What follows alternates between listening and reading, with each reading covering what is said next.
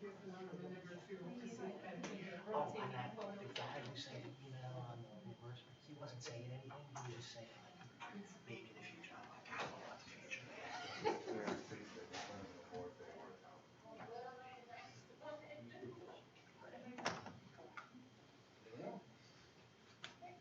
Ben.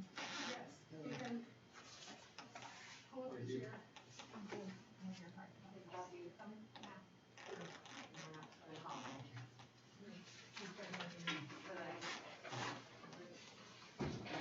Come on over, Ben. Come on over. How are you? Good.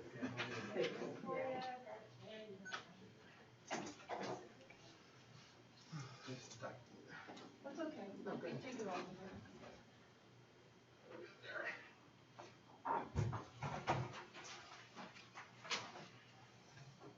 We all set? All right, we're all done, so I'm going to call to order the meeting of the Stratford Education's Finance Committee. It's Monday, October 25th, and at 6:30 p.m. we do have a quorum.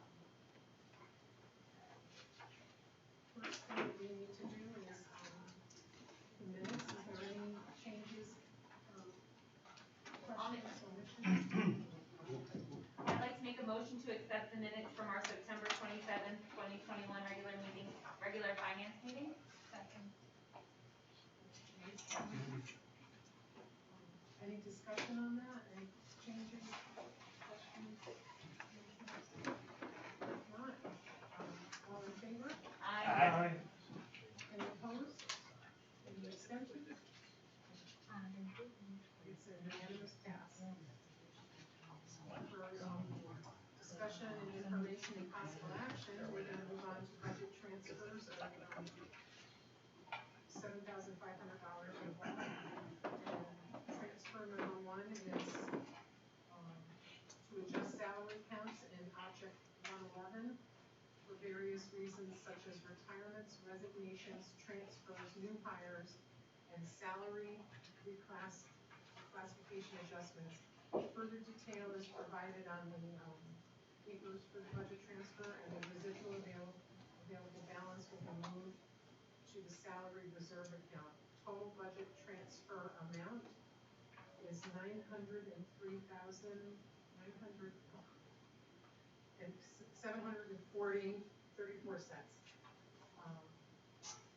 Anybody have any discussion? Pam, do you want to elaborate on that? Yeah, I'd be happy to.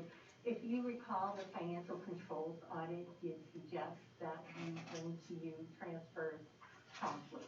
Quite frankly, with salaries, because basically we're always making certain we're in the black in our certified salaries and all of our salaries. You may have not gotten them as quickly previously, but really the backup, and I thank Suzanne Nicholson for doing such a tremendous job with all the explanations. It's basically taking monies from one salary account to another to make certain that we're properly budgeting for the schools, because of course we do have to report accordingly by schools to the state, as well as now a federal report that is requiring that. So that's even more important right now. I think the gist of it, though, as you look through it, is that of the $903,000, there is $351,745 that is going to that salary reserve account that we set up last year. That is potential year-end balance, but I would just caution all of us to kind of not count on it immediately, because obviously with some of these maternity leaves, our sub-account is going to be hit a little bit more, so we do have to monitor that throughout the year as well. But right now we are in good shape with the salaries, and we do have some savings recognized. Make a motion to approve. Sorry. The microphones are off, and for the live streaming, it's difficult. If you could, there's a switch for everyone. Turn it on. Pam, you have a question? Andrea, I think. All right, Allison, I'm sorry. I was just gonna make a motion to approve. Oh, go ahead, make a motion. I'll make a motion to approve budget transfer number 1 in the amount of $903,740.34. Second. Any discussion? Now, Ben. Are you anticipating a larger than number of maternities this year, or do we already have a larger number than maternities this year? I don't know if it's necessarily a larger number, but we do have, as the backup shows, there are quite a few, and that's one area where when people are on leave, we are hiring substitutes. And when they're on, so, just so we're clear, when someone is on maternity or paternity leave, they continue to receive their salary? Some do, if in fact they have adequate sick leave time. And they, obviously, the teacher that we bring in is on salary. Correct. Thank you. Mike's working. Yours is not. Mine's not. Pam, it's real hard to hear you when you talk, and I don't know if it's the mask or the. I just I'll got a try to be message loud. having a hard time. Yeah, hearing the stream. no one's talking into the microphone, so we can't hear it. Okay. We'll try and correct that. Okay, this might be better. I do have a question. Maybe you're gonna have a question. Pam, is the number of staff movements, is that unusual? A large number? I think it is a little bit higher than normal this year. Courtney, I think you'd agree with that. I think we always have movement. And usually this is the time of year where we're catching up with all the movement over August and September and the entire summer. So you're probably seeing it a little bit more abruptly than you're accustomed to as well. And concentrated, yeah. Exactly. Is this microphone? Move it a little closer. Move it. Closer? Yeah. Can't get too much closer.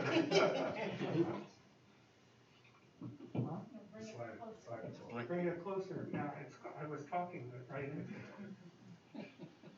Janice, did you have a question? I do. It's a really quick question, Pam. The reserve that you mentioned, is that the account that the council, they had the ordinance, is a separate? Okay, great. It's Because separate. I just wanted to make sure we weren't putting money aside that can't be used for operation. Good question, but no, it is within our general operating budget. Perfect, thank you. Anyone else? All right. Do we want to take these as a group, or do we want to do them one at a time as we're going through? I would do them one at a time for that minute. Okay, and, for this first transfer number 1, since there's no more questions, all in favor? Aye. Opposed? Abstention? Unanimous. Budget transfer number 2. This proposed transfer is to adjust salary accounts in Object 112. Adjustments are for new elementary part-time custodian positions, as well as retirements and employee transfers. Student helper account is being used to offset this cost. And again, further detail is on the actual budget transfer sheet. And the dollar amount is $264,494.41. Again, Pam? Okay, actually, the total is $364,494.41. Just to make certain that that's accurate. Okay, 364,000. I'll make that correction. Thank you. And basically, if the board recalls, when we were developing the budget last year and as we got towards spring, we came to you to advise you that based on input we had received, we thought it would be best to consider repurposing the student helper budget and to fill the positions with part-time custodians and, where we could, a couple of full-time. We were really rather successful in using those dollars to the advantage of particularly our elementary custodial staff. As a result, we're simply moving those dollars, as we promised you we would, and we're putting them into the correct school custodian salary line items. I'll make a motion. Okay. Thank you, Amy. Do I need to read it out? You can, if you want. That's fine. I'll make a motion to approve the transfer to adjust object 112, adjustments for new enrollment part-time custodian positions and shifting dollars from the student helpers account. other discussion? Are you, Amy second still? Okay, You Amy. need a second? Amy's got it, Oh, thank you, okay. thank you. Any other discussion, questions? Nope, okay. Seeing none, all in favor? Aye. Opposed? Abstentions? Unanimous. Budget transfer number 3. This is proposed, transfer is to adjust the speech therapist account, the salary account, and object 111. Position will not be filled in fiscal year 2022. It says, however, it will remain as an authorized position in the budget. And the residual available balance will be moved to the salary reserve account. The transfer is $110,647. I'll be happy to shed a little light on that one. In speaking with Ms. Borges about that position, we recognized that we were having some challenges in filling it. So at this point in the year, the decision was made to hold off. I believe we do have some contracted services that are offsetting those needs, but yet we are hopeful that in the spring, when we do try to advertise for it, that we will be able to fill the position at that time. We are putting the dollar amount for the salary into the salary reserve account, but again, I caution you because we may need it to offset the additional cost for contracted services. But we do think there's going to be a small savings there as we net it out towards the end of the year. Ben? For purpose of discussion, I'll make a motion to approve. Okay. Okay, thank you, Denise. Any question, Ben? Yeah, the contracted services, are those budgeted items? Most of them, yes, they are. Obviously, this particular one would not be. It would be an additional. Which particular one? The one we're talking about, the speech therapist position. Is that a budgeted, is that a contract item or employee item? It's a salary line item that we are not filling, so we are going to be using contracted services dollars. And it will be less just for this year because we're having trouble filling the position. But what I'm asking is the 110,647 is a salary line. Correct. And there are additional contracted services beyond what we budgeted. Correct. And we're not going to use the 110,647 this year. We may if we overspend the contracted. That's my question. Should we move? Do we know now what our contracted services are, and should we be transferring monies now from this line to the contracted services to cover those contracted services, as opposed to waiting to figure it out down the road if we already know we're over budget on that? We are not sure we'll be over budget. It will be dependent upon our needs as the year progresses. Thank you. Anyone else have any questions? Denise? Was this position filled last year? Was it, Heather? Yes, it was a position, we lost her. Okay, any other questions? Seeing none, all in favor? Aye. Opposed? Abstention? It's unanimous. Okay, moving right along. Financial report, Ms. Mangini? Yes, you did receive the September financial report in your packet. And the most prominent area that we would like to just bring to your attention is as a result of the influx of new registrations over the past few months, we have had a significant increase in students needing some special ed services, and we've also had an increase in our outplacements. We are very concerned about that area of the budget at this point because we are projecting a significant deficit, well over $1 million. We did implement an immediate spending freeze of all discretionary spending, but I do want to assure the board that I am working individually with schools to do everything we possibly can to make certain they have everything they do need in this present time.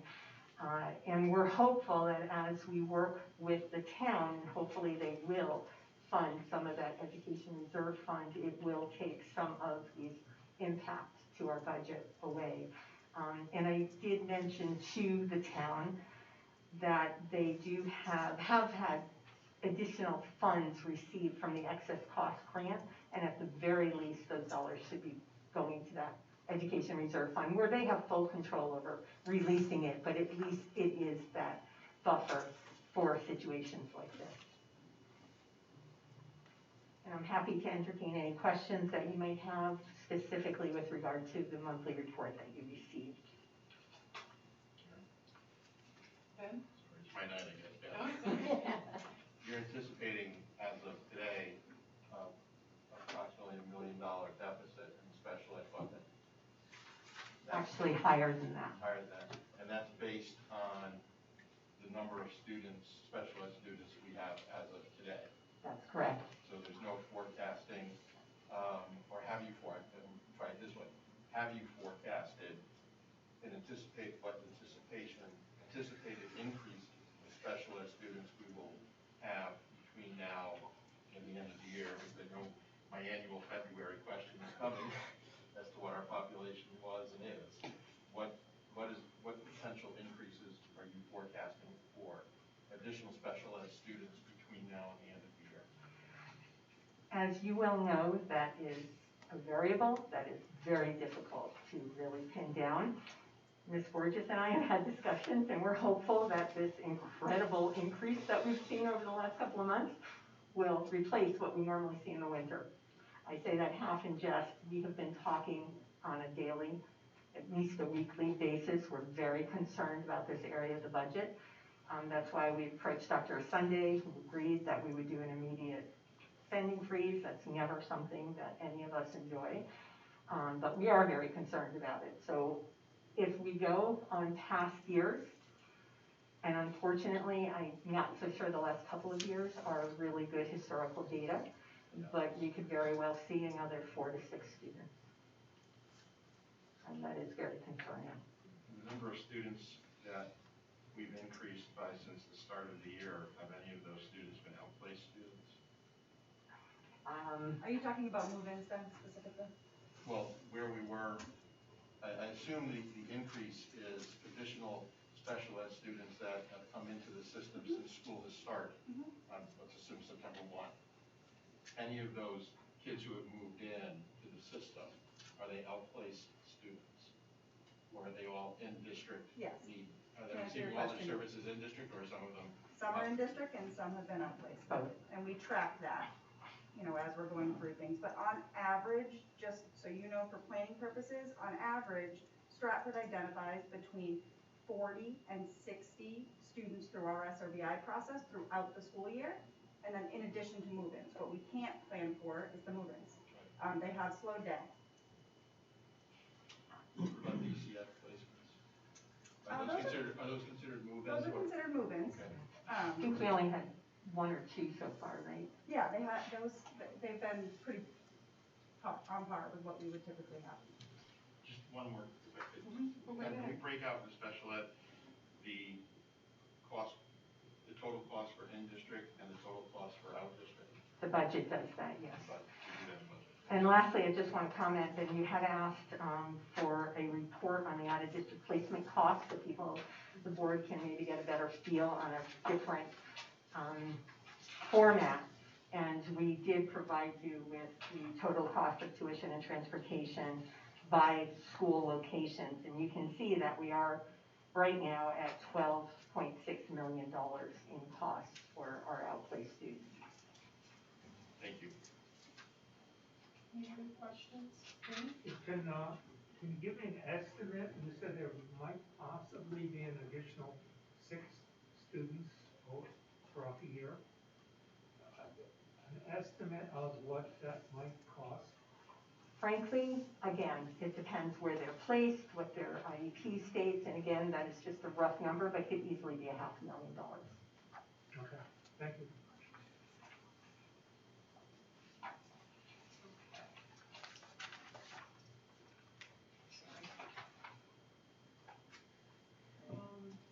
Going on to further to the, into the financial report, expenditures and encumbrances. Yeah, that's pretty much, I believe, what's reflected on your monthly financial report. It is early in the fiscal year, but we do have all the payroll encumbered at this point, so you are seeing that a little more clearly. And Heather, special ed. You're up. I could probably do it. Can you guys hear me okay if I don't have the mic, or do you need it? Oh, I'm sorry, I skipped grants. There's seven. Mr. Cunningham, go first. Thank you, Allison. Good evening. So you have the grant report in your packets. It's a pretty typical grant report. The only thing of note is that we're halfway spent what we've received so far for the year, spent it or committed it so far in the year. So the money's going out the door. It's not sitting there. It's being used. The only new grant this time is the Portrait of a Graduate grant, Take 2. The Bar Foundation has given us a second and even larger grant because they liked our work so well in the first phase of the grant to fully implement the plans we made during the first phase. So that'll happen over the next year. It's $250,000. The other things of note that didn't make this because of the timeline, one, the ARP ESSER application has finally been approved substantially as we submitted it, so we're in good shape there. Second, our Title III grant for the year has also been approved, as well as at the same time we got approval of the state bilingual grant. So that would be the third point I'd make. Update number 4 is that Title I and Title II, which together are called the consolidated grant, that was submitted. We're waiting on approval for that. And finally, we have 3 grants in the works for early to mid-November. We have an ARP IDEA grant, which will help a little bit with those special education costs. We have a Perkins grant in process, and we have Title IV in process. That's the update for the evening. Any questions? Thank you. Okay, so Pam pretty much summed everything up for you guys, but if you have any other questions on that, you can ask me. Also, I got a request from Ms. Coopy to give you by school, so I did give you by school the special education hours and the number of special education teachers. Please note that the number next to each school are the students with exceptionalities in each of those buildings, the number of students with exceptionalities in each of those buildings. It does not include our district programs, because remember, programs can be moved. So these are students that would access resource, and be among the general population, not in a specific program. Okay, so that's your breakdown that you had asked for, and I also provided you a chart because you wanted to know how many students with exceptionalities have moved into the district, and so now you can see that from 2006 to 2021. Okay, do you guys have any questions on any of that? I do. Thank you for putting this together. So when I'm looking at the number of students and the amount of hours, are these hours weekly? Can you give Weekly. me? Okay, so weekly. Yep. And then when I average out how many hours, each student is getting, there are some that's averaging more than others. So can you elaborate on, the background on that? Yep, so next to you see the one column has special education hours by week. That's how many service hours are on students' IEP. So this is what we legally need to provide to the students. Sorry, which column? Oh, so by hours, okay, got it. Yep, okay, and then next to that is how it would break down by the number of special education teachers in that building. So keep in mind, Ms. Goopy, that some students receive services in small group.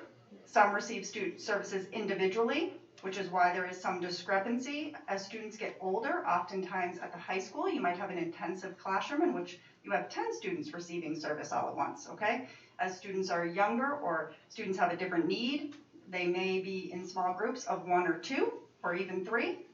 So it all just breaks down by the hours. Okay, and can you also clarify, at the elementary, there's a certain threshold in terms of hours per teacher versus at like a middle or high school? So we have the same amount of hours in each week. You need to factor in teachers' prep time, teachers' lunch. So you're working with about 1,600 hours, give or take, per week that those teachers have available to teach. Okay, so if you're looking at that and you want to service kids appropriately, approximately on average at the elementary level, you should be trying to keep your special education hours 70 or below. So you're pulling small groups, so it's 70 hours, but it might be 4 kids at once, and 4 kids all get their hour. So it's only 1 hour of actual time, but you're servicing 4 hours of the IEP. Okay, my apologies. I meant, you and I spoke and you mentioned there's a, I forgot the term, but there was an average where it differs at the grade level. Yes, so typically, like I said, at the high school, you might have an intensive class that's 10 kids. So high school teachers maybe can, do between 75 and 80 hours in a week, whereas the younger grades are gonna be able to complete less hours and still make the minutes that are needed on the IEP. Okay, thank you. Okay? Andrea? This chart does not include steps, sales, alpha. That's separate.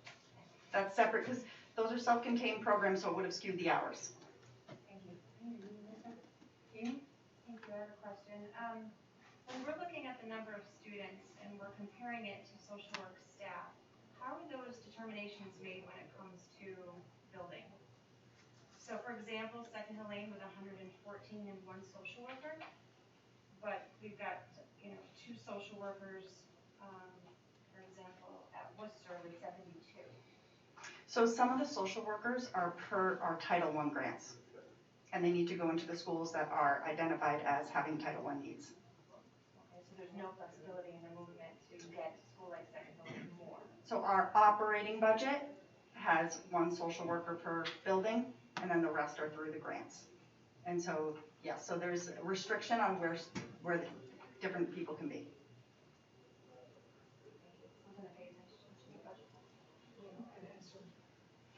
But I think sorry, so if you look at where it says SLP staff, social work staff, and building CIA, that's what adds up to the second column that shows 4, right? So we have 4 staff for the number of kids in bracket. It's actually by hours, so it shows you how many speech and language pathologists service that building and how many hours they're required to service per the IEP. How many social workers are in the building, how many hours are they required to service per the IEP. Okay, thank you. This is very helpful. Any further questions? This is some very more questions after we digest. But thank you, Heather, for being thorough as usual. Okay. Any other questions for Heather? Moving on to food service report. Yes, you have both July and August report in your packets, and I am really happy to tell you that in the next couple of months, when you see this report, you won't see those terrible large numbers of deficit. We did process payment to Sodexo for the June 30th balance, and we are now paying them on a timely basis each month. So it will begin to look a lot better over the next couple of months. Thank you, Pam. Yes, thank you. That was a easy task. I know I can sleep better. Okay, and now we're on to enrollment update. I'm not sure who wants to do that. I'll be happy to. You do have the enrollment reports in front of you. They are as of October 1st, when these are the numbers that are reported to the state as required for our October 1st numbers. We're happy to answer any questions, but you will see that our in-district total did increase by over 130 students. Andrea? I'm not sure that this is an answerable question at the moment, but when I look at the report, it's striking to me, I'm gonna point out one grade in particular, but 3rd grade, we have buildings that have classes of 26 and 25, and then we have buildings that have classes of 15 and 14. And to me, that's an issue, because I'm sure that there's a different quality of education that's happening in a 26 kid class versus a 14 kid class. And so just as a point, I hope that going forward, we can do something to address that inequity of classroom numbers.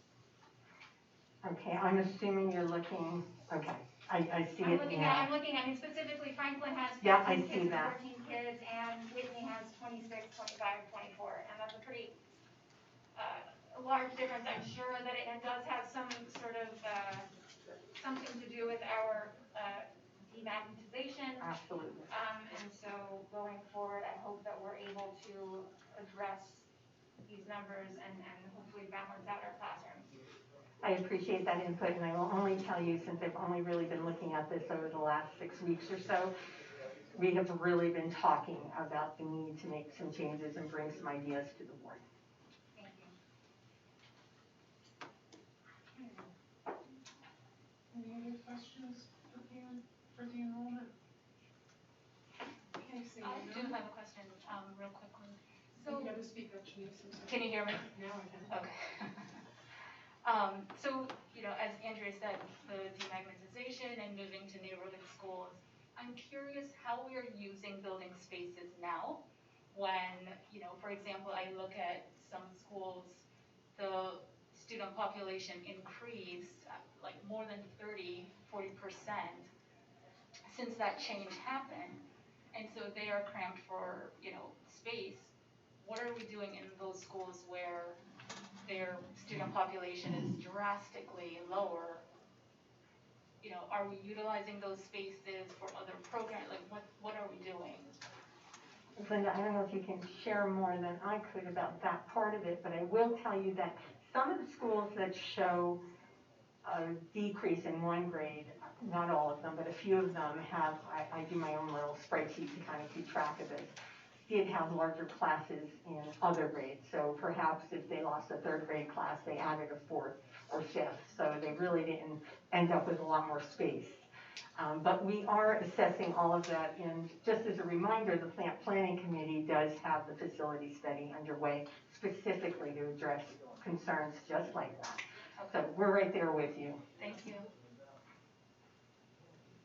If I might just, with planning, we do have an enrollment study that was done, and it was projected out, so we know some future numbers and the numbers by neighborhoods. And when the architect comes back with the facilities assessment, and maybe we can put those both reports together and hopefully work out a way of balancing the number of students in the different schools and in the different classrooms. So that's for the future, but not too distant. Agreed. Just to go off of what Andrea had said, and I had mentioned it at last month's meeting, just the same thing. I mean, I'm happy to hear that, you know, that there's going to be progressions and talks for the board to make decisions to even out things in classrooms. But I know, particularly just in visiting Nichols, even I would say like 2 years ago, you know, the numbers still are high. And I brought it up several times, you know, 25. And I know the numbers are, you know, what you say are normal, but, you know, just again, something to look at. Thanks. Anyone else? Moving on to other business. Is there any old business? Seeing none. Any new business? And how about other business? If not, I'll entertain a motion to adjourn. Second. All in favor? Aye. Thank you very, very, very much, everyone, for all your time and your work and your effort.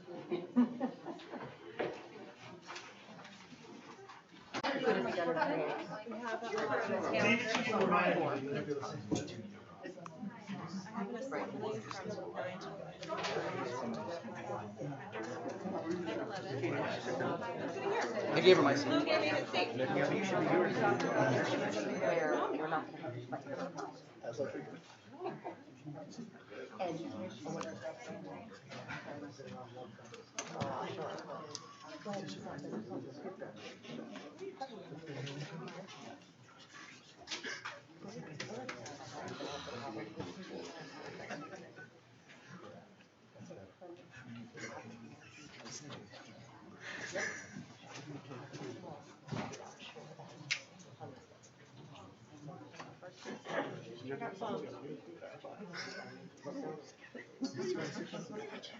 Thank you.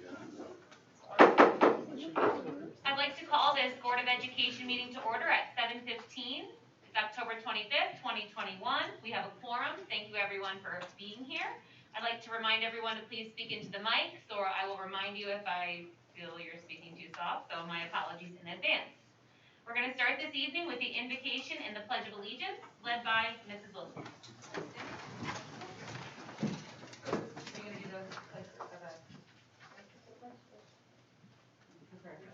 Alright, I mean, I don't know if it matters, really. All right.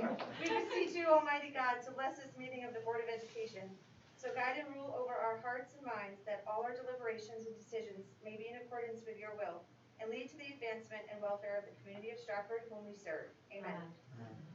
I pledge allegiance to the flag of the United States of America and to the republic for which it stands, one nation, under God, indivisible, with liberty and justice for all.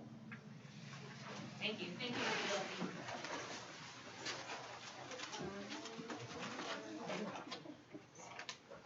We're going to go into some recognitions next this evening. Dr. Sunday will lead us in those recognitions. Thank you, Board Chair Delbene. Good evening, everybody. We'd like to start by bringing some attention and much-deserved recognition to a group of people who have really been leaders for us in our district.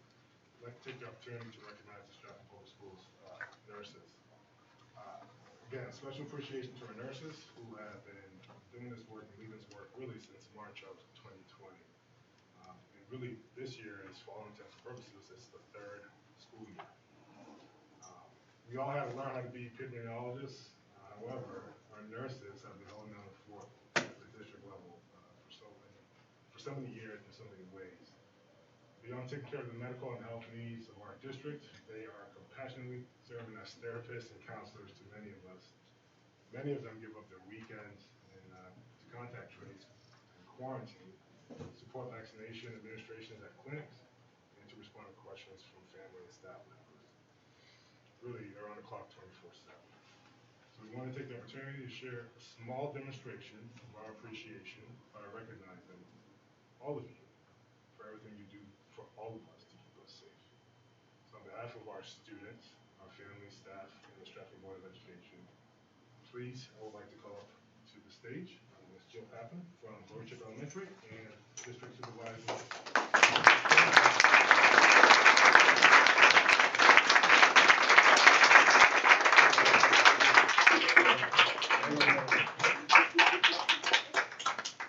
You're gonna need a lot of hands, but for all you do, for all of us, on behalf of the Stratford Public Schools, I'd like to say thank you.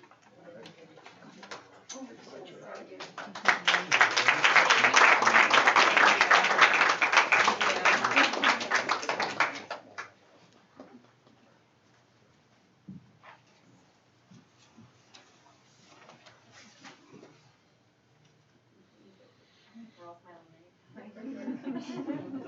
Smile. Wonderful. Thank you very Thank much. you.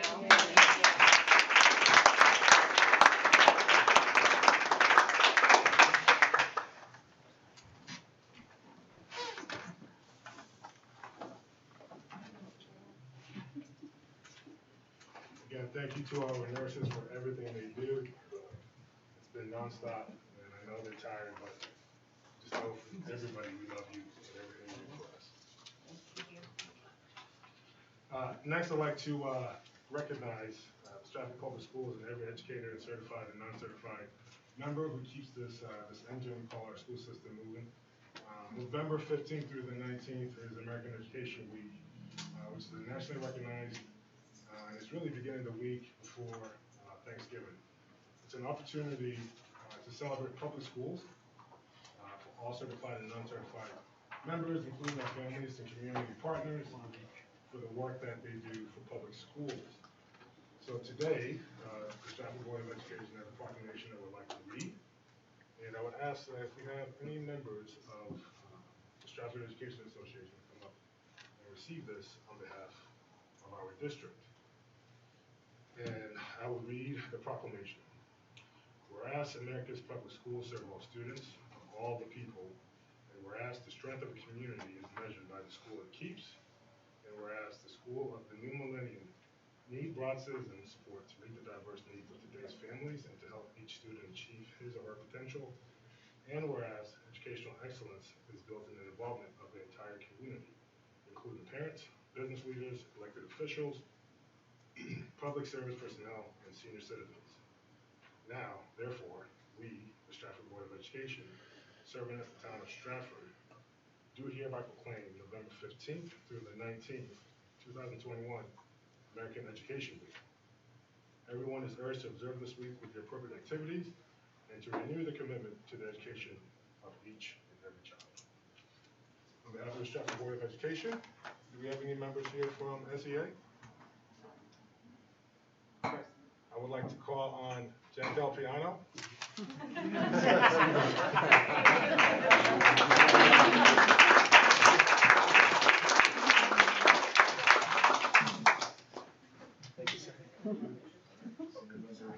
Thank you, Mr. Del Piano. Good, how are you? Wonderful. Great.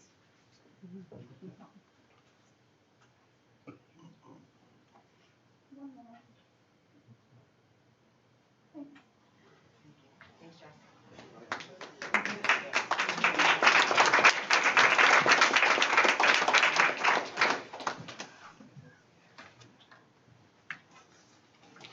It is always good to celebrate the great things that's happening in our district. Thank you. Thank you.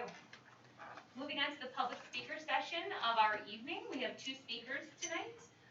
Mrs. Corcoran will keep a timer of 3 minutes, so I will call your name, you can come up to the podium, you have to say your name and your address, and then if you would so kindly, when you hear the 3-minute timer, if you're still speaking, please sit down. So our first speaker this evening is Mr. Keith Sterk. Thank you. Here's the mic over here. Thanks. So I wrote some things down and I have trouble seeing it already, so I'll go as quick as I can. First, I wanted to say thank you for the Board of Education and the teachers for the work you've done over this past year and a half with COVID. We know it's all been tough. We never knew what to expect. And the restrictions and mandates that were put in place were certainly put in place for good reason. So thank you very much for everything. Could you just say your name and address, and if, Oh, I I'm don't know sorry. if we can hear you into the mic as well. I don't know if that's adjustable, if we can lift it up. I could rock and roll it. Okay, or you can take it off. I don't know. I'm good right there. You're I'm good. okay. Yeah, I'm good. Thank you so much. I'm good, thank you. Thank I'm you. sorry, it's Keith Sterk, S-T-I-R-K, and 145 Penman. Great, thank you so much. I'm sorry, well, bottom line, if you didn't hear me, thank you very much for everything you've done over the last year and a half. We do appreciate it. When it comes, the mask mandate is actually not what brought me here today. It really is actually an art project that my son had done. And I went to go see it in the school and I was told I was not allowed to come and see the project. And so then looking into it didn't make sense to me, so I ended up finding out it was here somewhere. I said, all right, well, let me go here. And wherever it is here, apparently during normal hours, I'm not allowed to come in here either. To me, this makes absolutely no sense at this point. Not sure why that was there. I'm sure it was something, again, as I don't know if you heard me earlier, the restrictions that were put in place were there for a reason. What I'm looking for is, I think it's time for a change where we look at some of these restrictions. The last couple of things, I coach a lot of sports here in town, and I speak to a lot of parents. There's anti-family, there's no anti-family, there's anti-mask, there's pro-mask, there's a lot of us out there. But what's common with all of us, we do not understand why parents are not allowed to go into the schools. We want to see for both sides, are you following the protocols? Are the protocols too strong for myself? And what are they?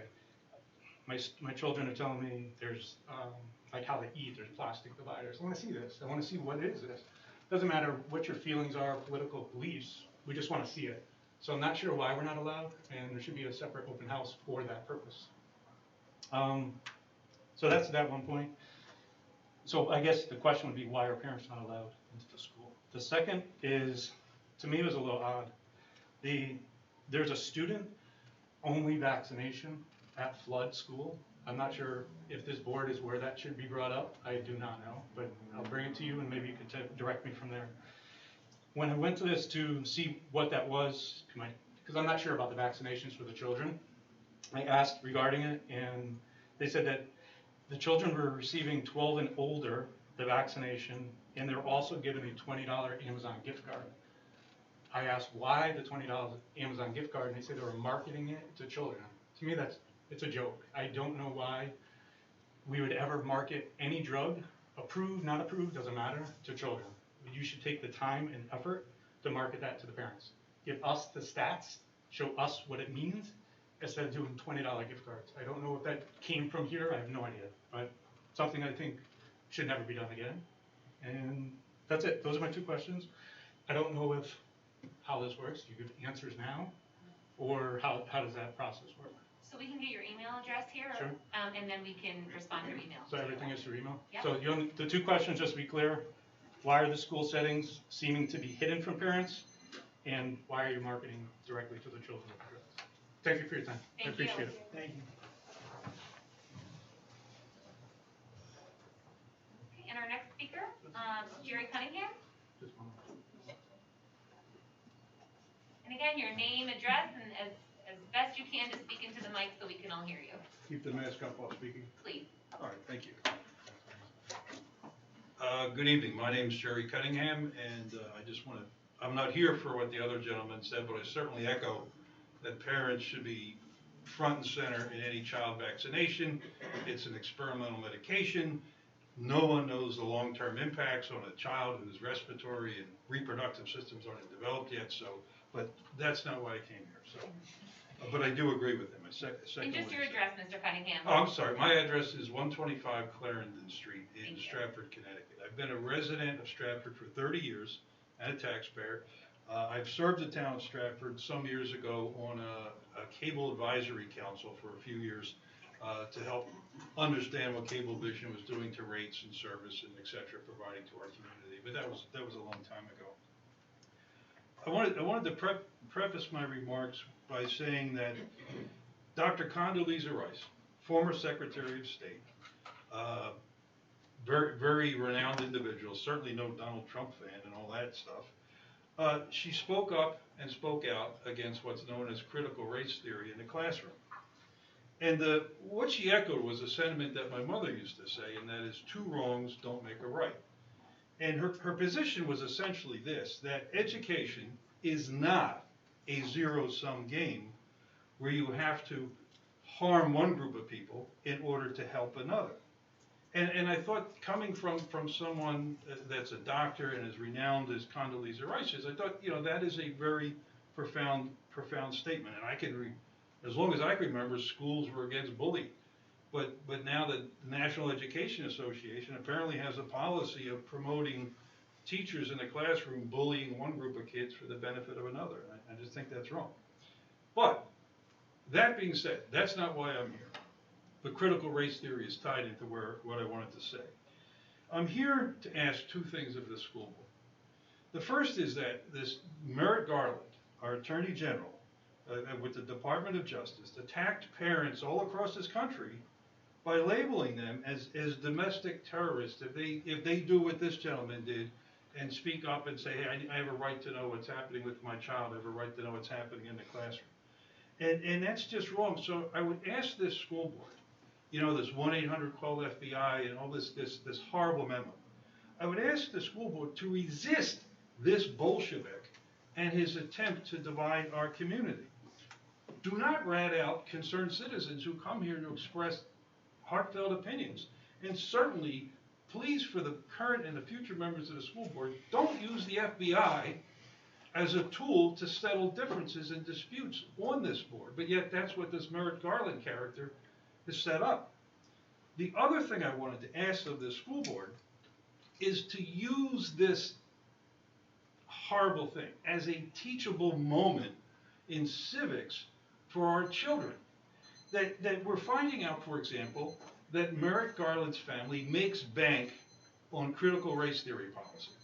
They get a payday, and when you use force to protect your economic interests, we have a name for that. It's called organized crime.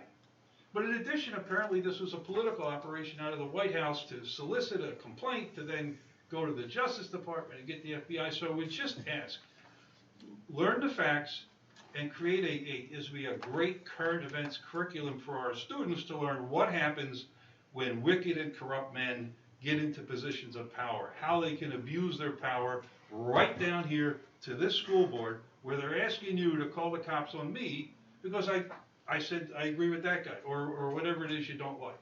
And again, even worse is if school board members start calling in the FBI on each other. So, Thank you. and please resist. Issue a statement saying we have local police, we've got state police, we don't need Thank the you, Mr. FBI. Cunningham. I'm gonna have to Thank stop you. now. I Thank you. appreciate the time and the generosity. I know I ran over. Thanks to the board. Appreciate all your service. Thank you. Moving on to the student representatives report, we're gonna start with Rebecca from Stratford High School this evening.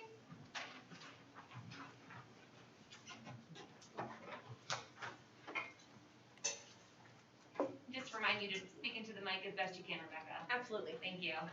Good evening, everyone. It is hard to believe that the first 2 months of the school year are complete. Stratford High School currently has 1,089 students enrolled, the most ever at Stratford High. Our 21st century after-school program is up and running, and we currently have all spots filled with 5 students on our waiting list. This program runs from 2:10 to 5:10 on Tuesday, Wednesday, and Thursday, and allows students to spend half of their time in academic support and the other half in an enrichment program. Various clubs and activities have planned fundraisers at local businesses. These are great ways for our community and school to support each other. An example of this is that our National Honor Society ran a fundraiser at Pizza Co. in Stratford to raise money to be able to create care packages for the homeless community. On September 30th, Stratford High held a virtual open house where teachers recorded themselves giving information about the class and parents had access to video links. This was a great opportunity for parents to get to meet their children's teachers on a time frame that meets every parent's schedule. Stratford High School sophomores and juniors took the PSAT on Wednesday, October 13th. 90.2% of eligible students took the test. On October 14th, a group of 6 highly motivated and involved students met for an online focus group with City Square Associates funded by the Baugh Foundation. The purpose of this was to continue the work of finalizing our portrait of a graduate. We were able to speak on the behalf of Stratford High School as to how initiatives with the Stratford Public School District define future graduates and what it truly means to be a graduate of Stratford Public Schools. On Monday, October 18th, our school counseling department held their annual financial aid night. This virtual event was run by Holly Franquette from the College Place. It is coordinated to support our junior and senior parents regarding the process of applying for financial aid. Our student council also held their Red Cross blood drive on October 19th. Stratford High School has always supported the Red Cross and the need for donors has never been greater. We are happy that we were able to get this back up and running. We are also excited that we have multiple clubs up and running. The National Art Honor Society has met and is starting up. The Art National Honor Society is a place where students who excel in art classes can go to participate in projects and further their knowledge of art. Stratford High School's Be Kind Club had their first meeting at the end of September, and they are preparing for National Kindness Day, which is on November 13th. We have some great ideas to celebrate the day. Stratford High School math team has been preparing for their next competition on November 3rd, while they will participate in a rigorous competition against schools from all over Fairfield County. The team has been meeting weekly and are excited to showcase their skills next week. The following club came from a suggestion from the high school town hall hosted by Dr. Osunday. We held a meeting to reinvent the Stratford High School newspaper. Keep your eyes out for the first publication of the Red Devils Advocate, where I'm honored to be the editor-in-chief. The Stratford High School debate team also met, where there was a fantastic turnout of 10 members. In addition, we are happy to announce that based on student requests, we have started up some new clubs this year, including painting social therapy, anime, gaming, and Beyblade clubs. The Stratford High School Drama Society production of The Mousetrap by Agatha Christie is going very well. The students are excited to be able to perform on stage on November 12th and 13th. Boys and girls a cappella groups are also starting to rehearse, along with our select choir. The Vaccination Clinic on October 2nd went well, where 50 students received their first dose. On Saturday, the second dose was administered. We are hoping to see a decline in quarantine and overall decrease in positive cases as we are continuing to navigate the pandemic. Some of our sports highlights include the following. Our volleyball qualified for the state tournament in their quickest time in team history, winning their first 9 games of the season. Junior Amos Colocho is making headlines in cross country as he continues to battle for the top spot in meets throughout the fall. He earned first team all SWC honors for cross country. After winning 3 games in a row, our football team lost a tough game to North Haven last Friday night. They look to rebound next week as they travel to Groton to play the Fitch Falcons. On October 28th should be an exciting day, and at Stratford High School hosts the Junior Achievement Manufacturing Expo at 9 a.m. Students will have an opportunity to hear from local executives from Bigelow Tea and Sikorsky, as well as hear stories from high school graduates who have participated in an internship and apprenticeship programs. On October 30th, our post-prom committee will be having their annual clothing drive. While exact plans for post-prom are not finalized, the need for events like this continues. Last year, in the absence of post-prom committee was able to provide every senior who attended prom a raffle prize, ranging from flat screen TVs to Stratford High School apparel. On November 9th, Stratford High School is excited to hold their virtual parent conferences. Teachers will be present at Stratford High School, and all parent conferences will be held virtually. Stratford High School is encouraging parents to have their child present to enrich the experience for all in attendance. On November 19th, we will be hosting our annual student-faculty football game to support the Todd Stoltz Memorial Scholarship Fund. Mr. Stoltz was a beloved teacher and coach at Stratford High School who passed away in November 2017. Thank you for the opportunity to speak on behalf of Stratford High School.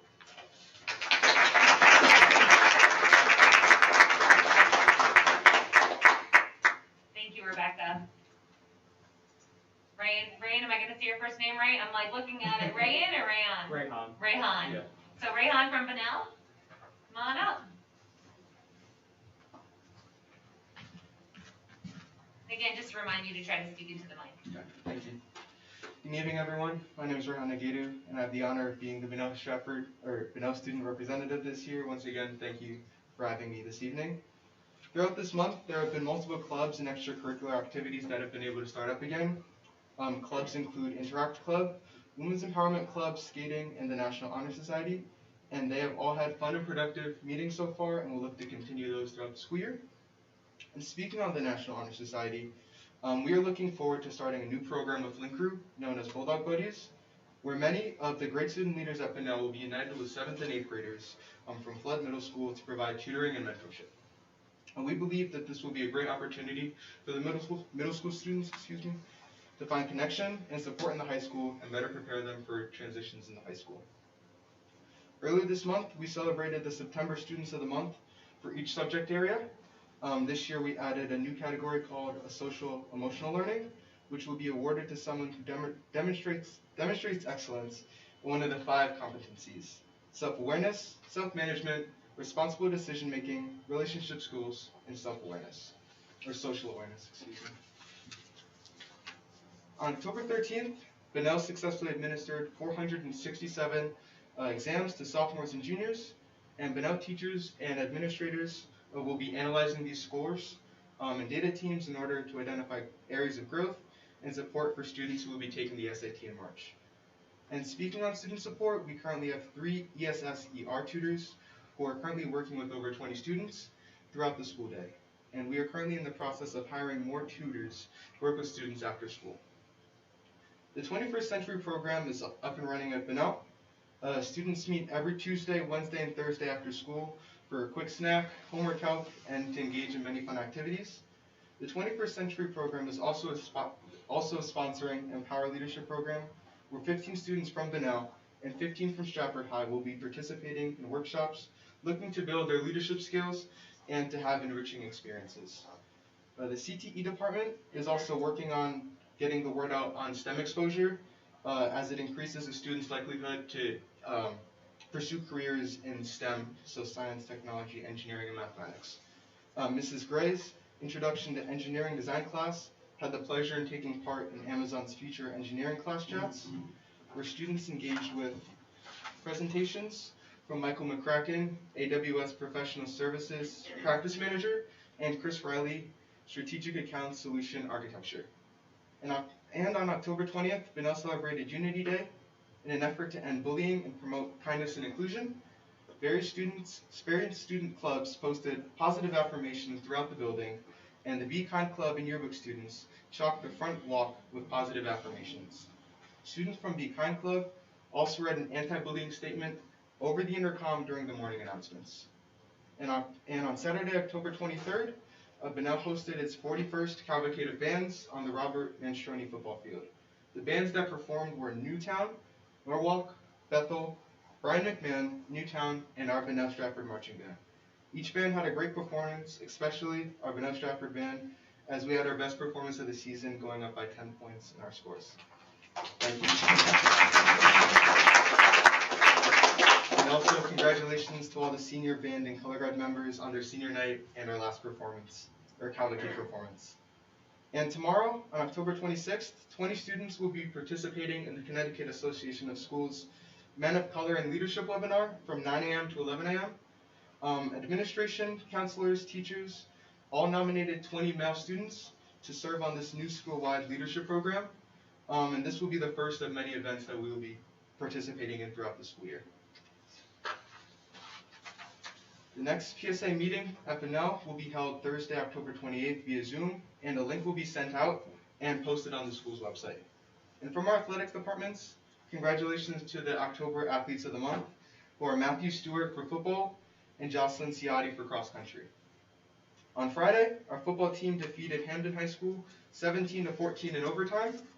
Tonight, boys soccer plays New Fairfield at 7 p.m., and the boys soccer team will be looking to qualify for the state tournament and possibly the SWC tournament, depending on tonight's outcome. Tuesday, October 26th, tomorrow, girls swimming has their senior night at Flood Middle School. Wednesday, October 27th, girls soccer plays Wilbur Cross at 5 p.m., and girls volleyball plays Notre Dame at 5:30. And last but certainly not least, Disney will be coming this week.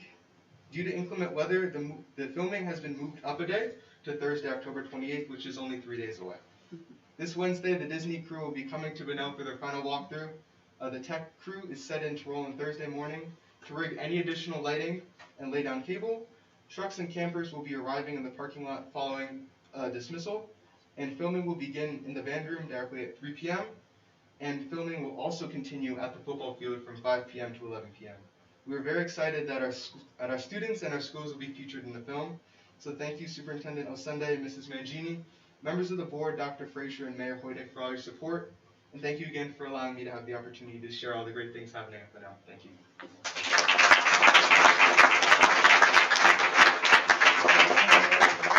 Thank you so much, Rayhan. You and Rebecca are excused for the evening. Thank you again. We love hearing all the exciting things happening at Stratford High and Bunnell. Great. Moving on to the administrative executive report, starting with Dr. Osundi's superintendent report. Thank you, Board Chair Del Bene. It's always inspiring to hear the kids speak. And as you heard them speak, there's a good amount happening at both schools. And it's much overdue.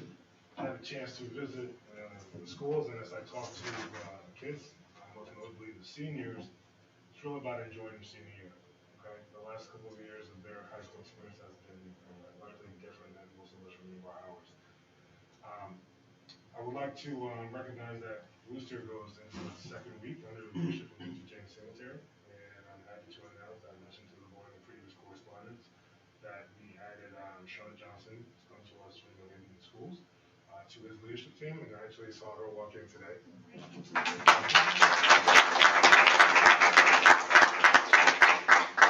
Her start date's going to be November 1st next week.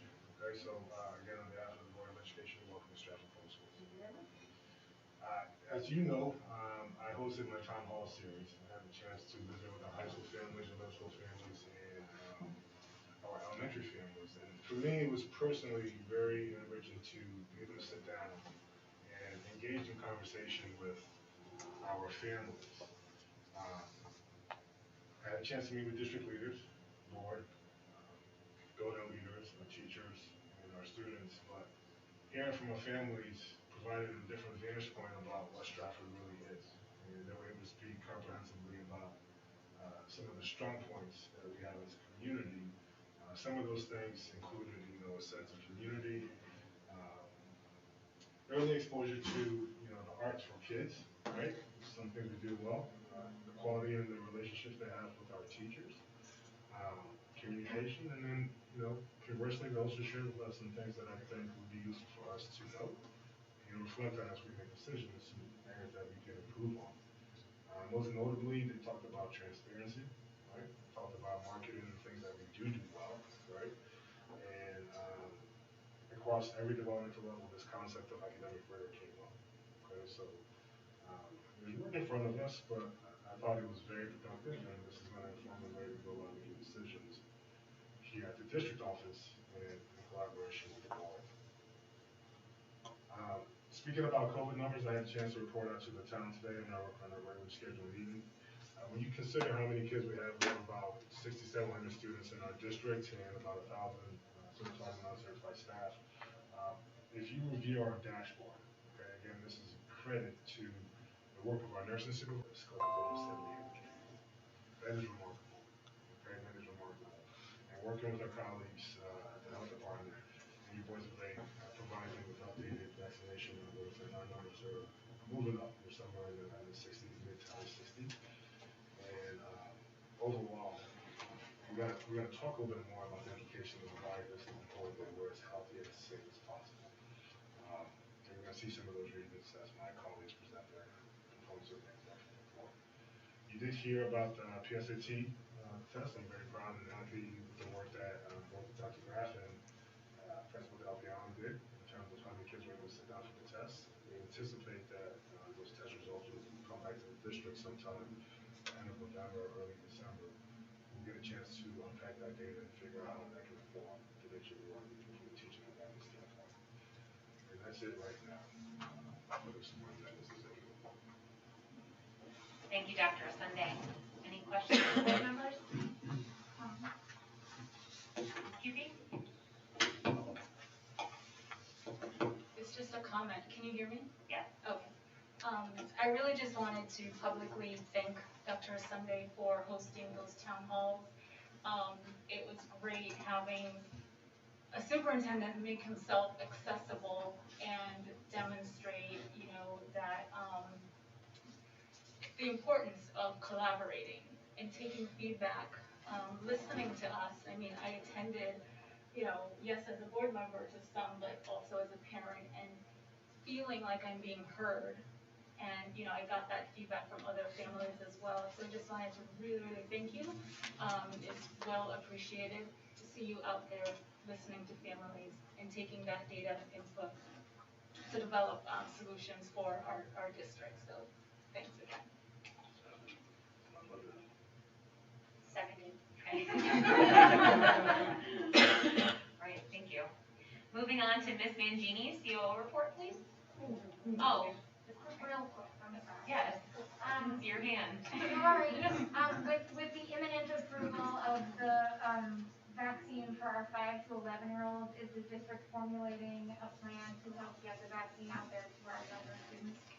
We're having conversations about that, so, obviously, having conversations with our nursing supervisors and district leaders will have to ensue here soon, and then ultimately, we'll report to the board, but that's definitely the way.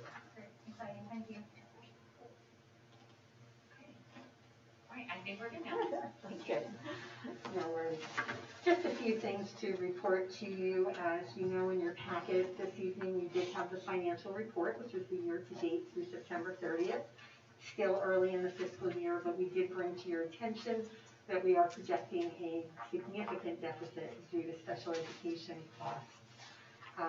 We are trying to mitigate that as best we can. We did implement an immediate spending freeze. So we will keep you posted on that as the year progresses, and we did provide in the packet an additional report on special education for your information. Also, we wanted to make you aware that last week we did send out the packets to begin developing fiscal year 23. It does seem like budget never really ends, but we wanted to get off to an early start this year. We are adding the step of actually meeting with all schools and departments to personally review their budget requests, and we do have a new initiative form that we used last year, so we will be going over those items as well with each individual school and department. And also, I just wanted to mention that the ARP ESSER grant was approved, and I was thrilled to hear Rayhan mention that the support that the students are getting through ESSER funds for tutors at the high school. It was really nice that he acknowledged that. And lastly, I have been working with the town. We are hopeful that they will move sooner rather than later in funding some of that education reserve fund that we have been asking for, which may help mitigate our special education costs. And that's my report this evening. Thank you so much, Ms. Mangini. Thank you. I know that a lot of that was detailed also in our finance meeting before this, but are there any additional questions? Thank you. Great, thank you. Moving on to the Assistant Superintendent's report, Dr. Gata.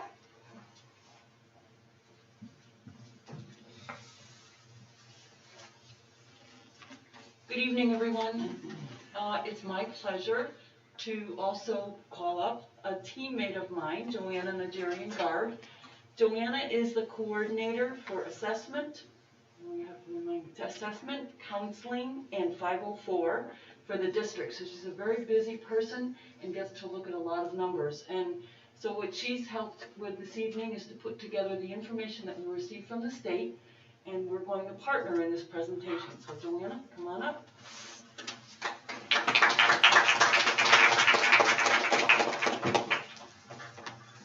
Thank you very much. So what I've been asked to do today is just provide you with the district level data. So from the assessments that were given last year. And just as a way of context, those are the same assessments that are given for grade level content mastery when we're not in a pandemic. So the test did not change. And this is high level combined data for all of these assessments. So it's not individualized data, but the individual level, so the work that's being done at the schools with your teachers, with families, with students, that's where all the work is being done to help kids. What I'm presenting today is just our overview and our summary information. So to give us a little context of where we were and where we've been, we were fully remote from March to June of 2020. And then in 2020, 2021, we were mostly hybrid for 25 weeks.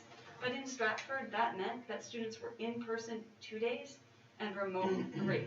And across the state, there were a lot of different versions of what hybrid meant, but that's what it meant here.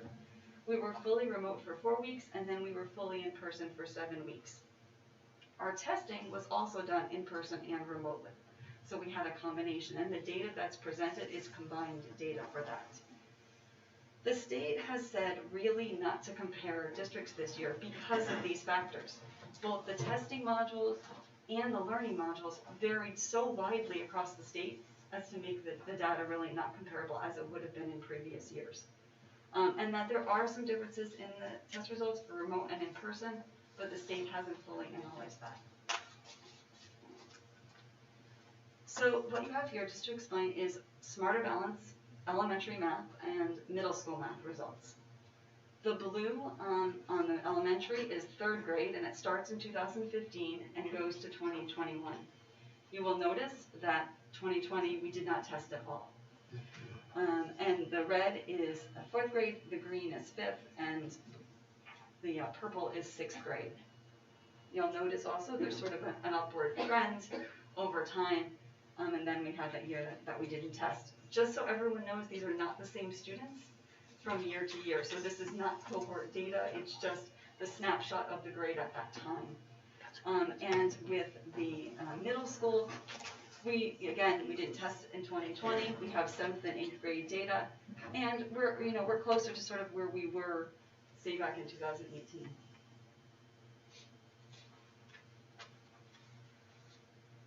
I'm gonna give you a moment to look at it.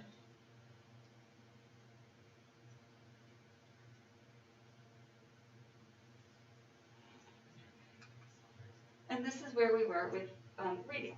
So again, it's the same coding system in terms of the colors. 3rd grade is blue on the left, up to 6th grade. Again, we did not test in 2020. And you will notice again, middle school is sort of on par, and you will see where we landed in 2021 for reading in the elementary grades.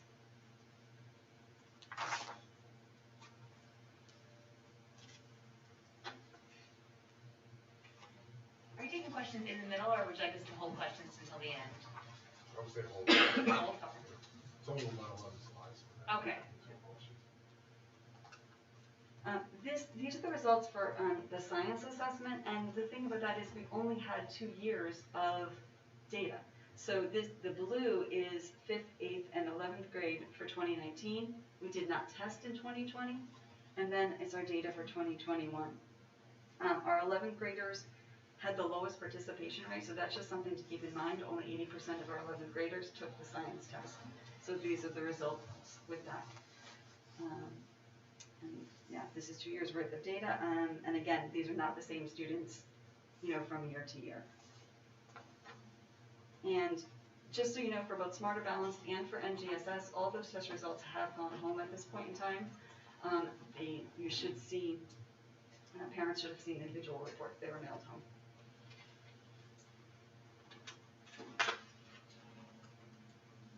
Here's our school day SAT. Again, this assessment was not given in 2020. The blue is math, and the red is the evidence-based reading and writing, and you can see kind of the trends from 2016 to 2021. The scores are available, just so you know, for students on the College Board website, so those were released pretty soon after the students took the test. And just so you know that March 2022 will be the first year that the school day SAT will be fully online. Right, so our current 11th graders have not taken the test online. It wasn't available, but they will be taking it online in March across the whole state. So everyone is going to be doing that this year. Our 9th graders are going to have a chance to practice online this year. And the other piece of information for you to know is that many schools went SAT optional because of the pandemic, and that trend is continuing. So with the optional testing. The AP, so the blue is the number of test takers, the red is the number of exams taken, and the yellow is the number of exams passed. So there's, you can see there sort of was a general trend upward, and then, the pandemic. In 2020, the test was very different. It was given, but the test was taken at home, and it was a significantly shorter test. So it's been 2 years since we've given a test that was the same, and we had students, some students quarantined on that motion. We chose to give the test in person. We did have some students take it online, for various reasons, but most students did take it the paper and pencil test. And again, those results are available for students on the College Board website. This is our data for the lost links, and for those who don't know, that is the assessment for students whose first language is not English. And so what you are looking at is from 2018 to 2020-21, each one of those little bands is actually a different component of the assessment. So students are rated on a variety of things: listening, speaking, overall comprehension. And that helps them to qualify students for services, see if they continue to need services. Our Ls our English learners were in school, not the entire year, but for most of last year. They were able to be in school so they can continue learning English. And you can see we're on par with previous years. And the results were sent to families already. The last piece of data that I have for you, before Dr. Gate is going to take over, this is physical education data. So the yellow is high school, the gray is 8th grade, the orange is 6th grade, and the blue is 4th grade. So students are required to take the physical education assessment in each of those grades or grade bands. The top one is overall the proficiency rate, and then after that is each of the different areas, so strength, push-up, what they call the pacer, all those different assessments, and then the last one is the overall participation rate. So that is how we are rated for the physical education, and this is how our students did last year. As a point of information, the test does require students to be in person to do all of it, so it did make it a lot harder to give a PE assessment last year. And with that, I'm going to turn it over to Dr. Gator. Thank you.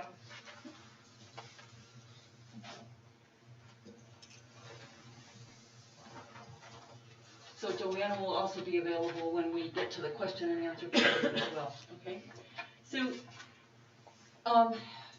when we received the data, we looked at it, we knew we had to make some changes, we knew that there were some things that were going to be important for us as we move forward. Obviously, one of the biggest things is really promoting in-person learning. Having our students in school with their teachers to the greatest extent possible was going to put them in the best learning situation that they could be in.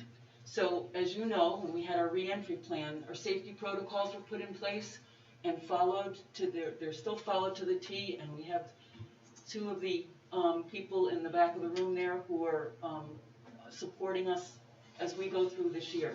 Questions about field trips, questions about individuals coming in. As many of you know, our quarantine process has, we haven't developed them, but we've adopted a new procedure called the box quarantine.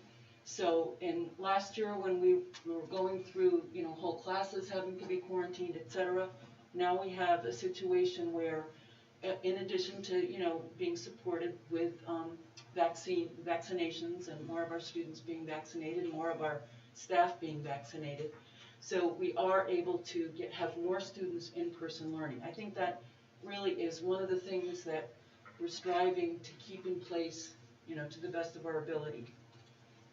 Our curriculum and program adjustments have been made. So here we're looking at quality, looking at identifying the priority standards for each of our subject areas, and looking at the assessments and any adjustments that need to be made.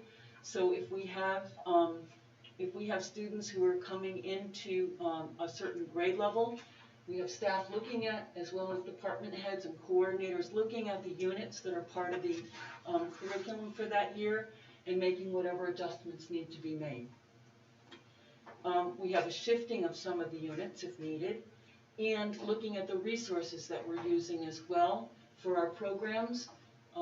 Again, what's been mentioned a couple of times tonight is some of the ESSER funding and grant funding in that.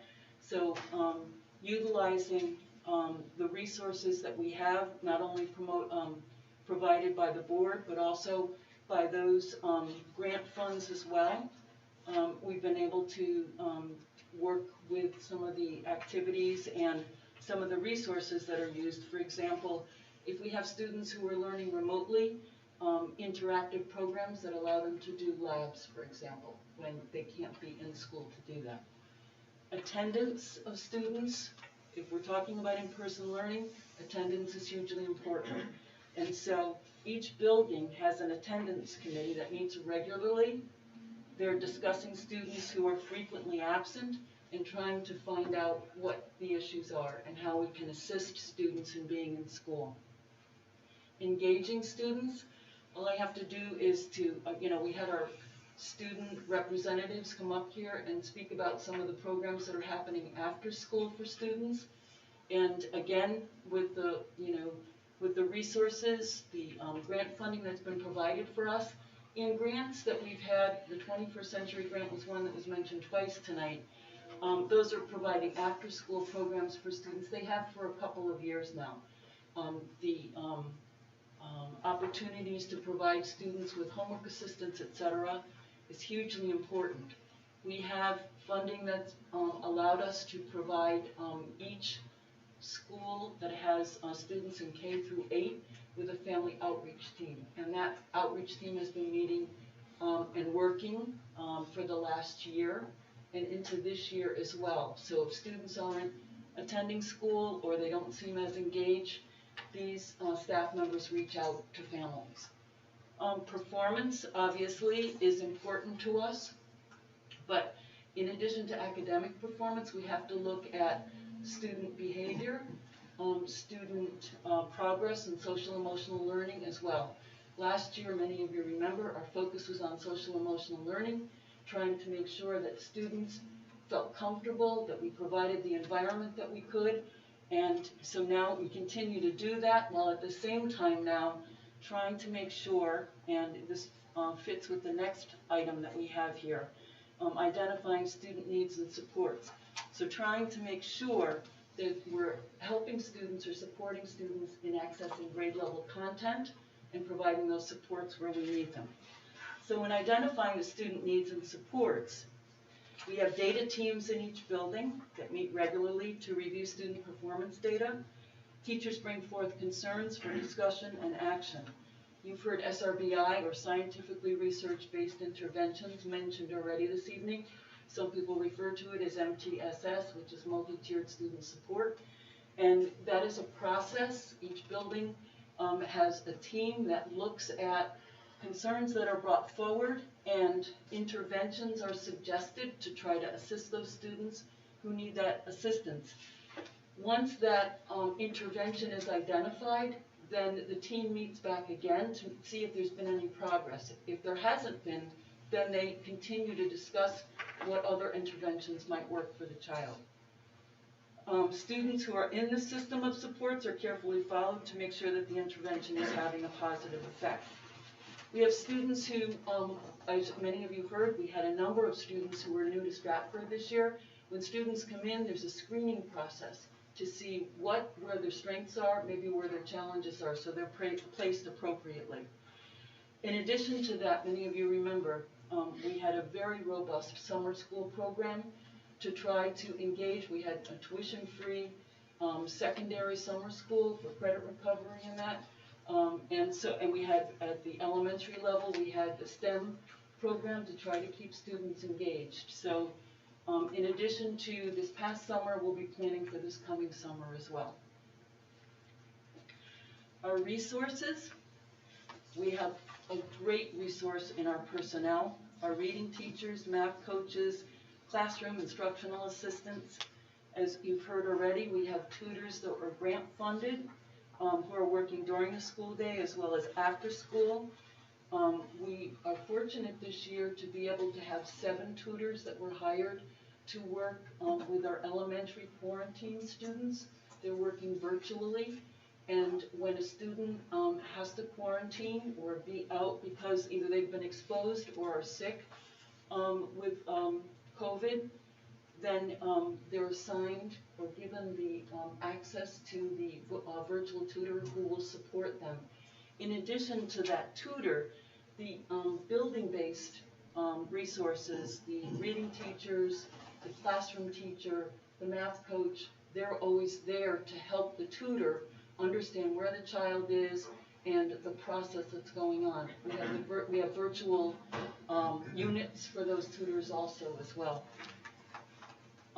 The devices that we're using, in addition to technology, interactive software, providing advices, there's been a great support by IT, not only to assist students in the classroom, but also families, to help families keep their child connected to school. As far as collaboration opportunities for educators, obviously Dr. Osundy, it's already been mentioned, Dr. Osundy's town hall opportunities for, not only for the families, but for our educators to come and hear what families are saying as well. Our building administrators meet on a regular basis with the superintendent. The school improvement plans are already produced, goals are set, and discussions have been had with building principals and the superintendent. We've received 2.5 days prior to students coming in for professional development. We have our professional learning communities this year. We have 5 days, and the focus is on supporting students in accessing grade level content. So I've mentioned that before, and the purpose of this focus is that we don't get stuck in the mindset of remediation. Because students haven't been in school for 18 months doesn't mean that they haven't in some way been learning. And so if we keep saying students are behind a year, they're behind a year and a half, we never really make up and get them to the point where they need to be. So to the extent possible, we are trying to present to students grade level material. If they need support as the teacher's teaching, then the support is identified, and to the best of our ability, we try to support that student. The focus also for professional learning communities is the environment, the school environment and the classroom environment, and looking at, again, as I said before, student performance. So finally, in addition for that section there, we have identifying supports and interventions that can support students. November 2nd is a full-day professional development day, and we have another 2 hours in March. Our building faculty meetings, our department meetings, our grade level meetings, those are all opportunities for educators to work together, to collaborate on student performance. The other thing that I think is important for us, and I know through Dr. Osundi's work, that trying to communicate with families and collaborate with families is going to be huge if we're going to be successful in doing what we need to do. Some suggestions for families: positive messaging to your child, encouraging them. You know, this is a tough time for them, but trying to keep things positive, trying to establish some routines. Some of the things that we're seeing, that because students have been out of school for 18 months, just re-engaging with other students. The social piece of school has been something that I know many building leaders have been focusing on and speaking about. Asking families to please increase connection and conversation with their children. There are parent and guardian tutorials and workshops. Parents' Place is reopening again, and we're really very happy about that. Some of their activities are going to be done in person as opposed to virtually, so we're really very happy about that. We also have access to the Parent C. Many of you were here in Parent C. The Parent C grant has come back, and so we're very anxious and excited about that. And many school activities we hope parents will engage in. We know that weekly email newsletters are sent out from the buildings as well as the district, and there are actually 2 websites that we hope parents will take advantage of. There are tutorials there for parents, information, etc. But, you know, I think overall the first line of communication would be to a child's teacher. Working with the building administration also is, you know, highly encouraged. So again, we have elementary and middle school parent conferences coming up, and we hope that those are going to be as successful as they have been in the past. Joanna, you want to come up and see if we can answer some questions? First, I just want to say thank you. Just as an educator who's a part interventionist this year, like, this work takes everyone, and it's every single day, and this is what's happening in the buildings every day, and it's very exhausting because there's a lot happening, and it takes all hands on deck. So I want to say thank you to everyone, administrators, teachers, everyone in the school building, everyone, because there's definitely a lot of moving parts every day. So I just have 2 questions. First, I was just curious what the participation rate differences were in elementary and middle school. I know you had mentioned high school was lower, obviously, but that was after you had said that about high school was my written question for elementary and middle. If we knew if it was decreased because some kids were at home and they weren't taking it. There was a range. There was a range, but I don't have the exact numbers. We can get them for you. Yeah, but there was a range depending on the program and the school. Okay. And just my other question was, like, looking at the physical education data was challenging for me because I didn't know what we were comparing it to. Like, we were looking at it from last year, but if we were looking at growth or decay or, you know, areas of improvement, I just didn't know how to interpret that. I didn't know how to interpret that. Yeah, if we could also get some we can ask Dr. data, Fraser. We can ask Dr. Fraser for the comparative data for previous years. Well, the other piece to keep in mind is that, to Joanna's point, this is the cohorts of kids are different every year. Right. You know, so the data is different, but to make a notable point, you know, looking at the data we saw, I believe it was in grade 8, vast majority of kids were able to pass the test and 4 more tests. It's about 50 or so, 53% were able to do that. And that number that's not typical. So that's a pretty high number. And to Joanna's point, the test had to be administered in person. So it's possible that lower in-person and test taken might have influenced some of the numbers. One of the things I would say, when you analyze data like this, particularly when you take a look at the SBAC data, to Dr. Gage's point, last year, and over the last couple of years, this district, the whole state, the whole world, the whole country, really put a heavy emphasis on SEL, even before academics, right? So whenever you see this continuous downward trend across multiple grade levels, whether it's grade 3, 6, 8, 11, whatever it is, that could be interpreted as a statistical anomaly, right? Which suggests that there's some kind of external factor that's hidden at every developmental level, and it's just a downward trend. So, the one thing I want to say very publicly is that, this data, it certainly is not the prettiest data. We know that the state has, statewide data that is very comparative to this. But at the same time, I think it's important to note that this data is not, in my opinion, as a new superintendent who's come in and spent a lot of time analyzing the data, is number one, it indicates that we have a lot of work in front of us. That's first and foremost. But number two, I don't think this data is a reflection of the quality of our teachers' work, nor is it a reflection of the capabilities of our kids, right? But nonetheless, this is what the current data says, which now says to us that we have a lot of work in front of us. That being said, I'm very encouraged, okay, because this summer, we worked with our principals. We gave a deadline of August 20th to complete the school improvement plans. We did those things, and over the last couple of weeks, it's gone through several iterations. Myself and Dr. Gaeta have gone on a tour visit and sitting down with all the principals, and the level of precision and comprehensive explanation that they speak about in terms of their academic needs at the building level, to me is going to trend us in the right direction.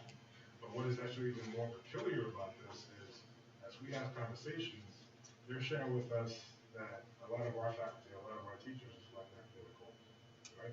So I want us to dive into this work, knowing that this is the priority for what we're doing this year. Okay, our teachers are doing things they need to do. Our nurses are doing things they need to do to make sure that we are in person, we're safe and healthy, right? And that's the discrepancy in the data. But I also don't want us to lose fact of the reality that we're still in a pandemic, right? So we're going to do the work around academics, right? And I heard from our families this constant theme of rigor at any developmental level, right?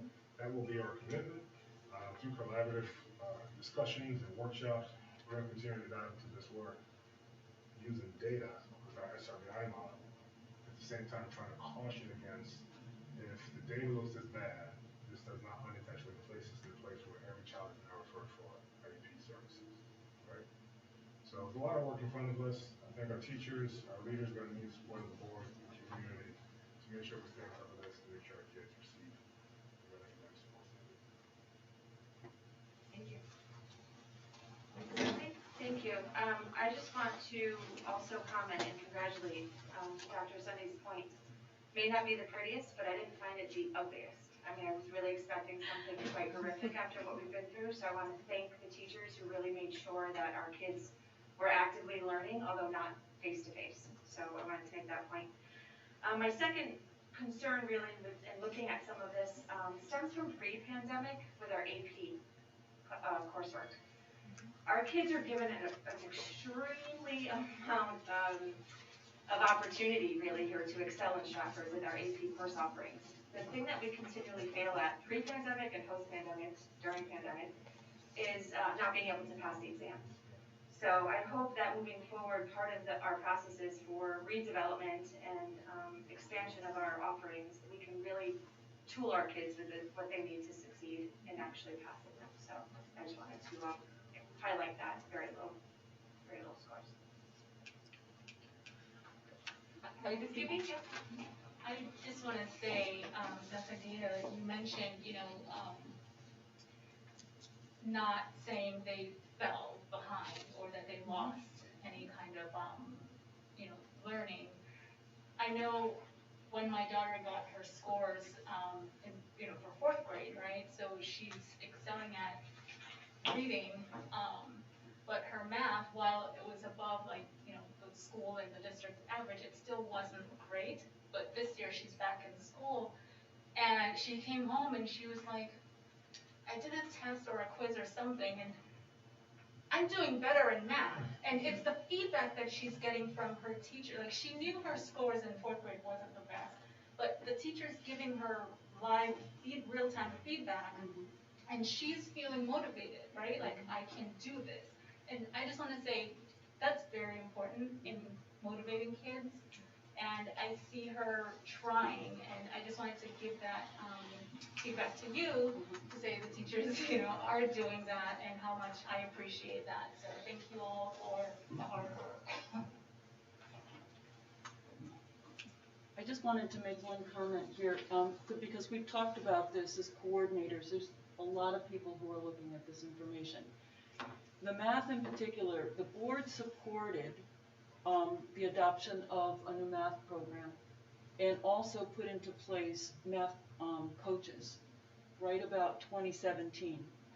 And what we started to see really was an uptick in our performance over from 2015 to 2019. And unfortunately we had the pandemic, but the board has supported us in the past. We really do feel that we have a lot of community with support.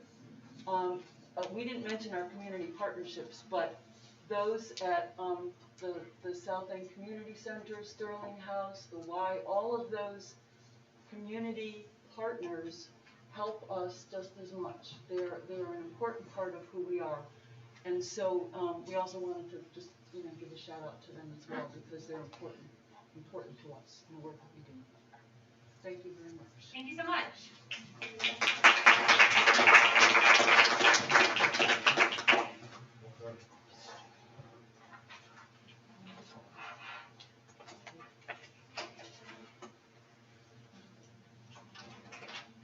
We're going to take a 5-minute recess at 8:21. We adjourn at 8:26 for 6th grade performers.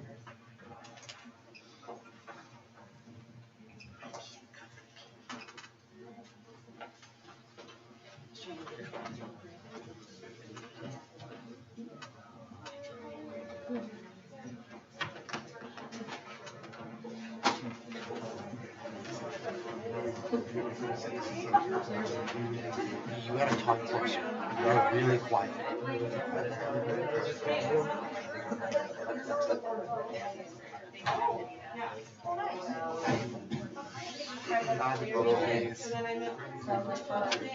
It's like doing this, just go like this, what's going on, I don't understand.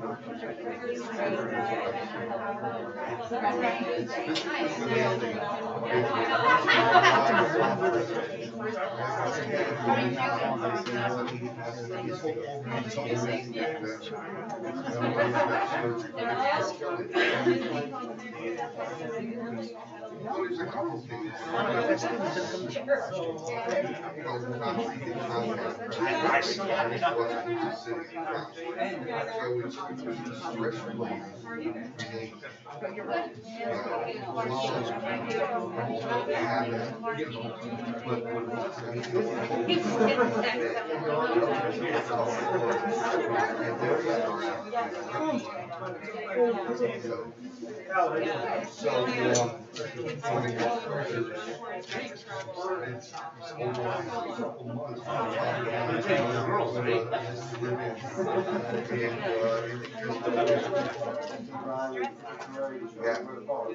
I'm sorry. No, you're totally, don't worry about it, don't worry about it.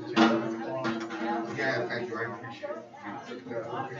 I just gotta, manage things better, I like plan like early and I have this, I'm not trying to, pandemic, I don't figure it out over that, it was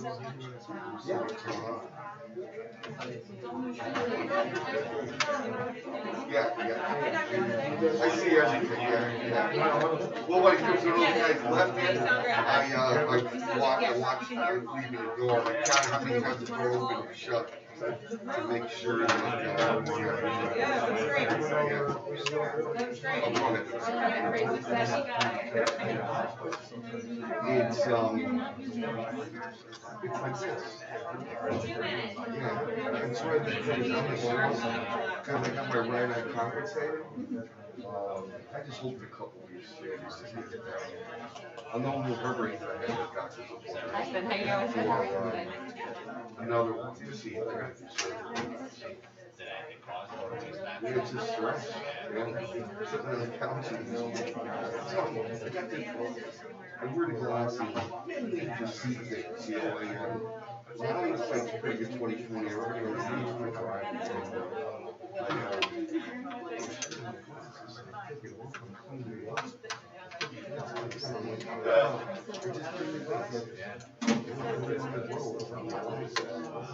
so when it was forced, it bled. So now when it was closed, just so it's like skin, so now the blood disappears. But I had to,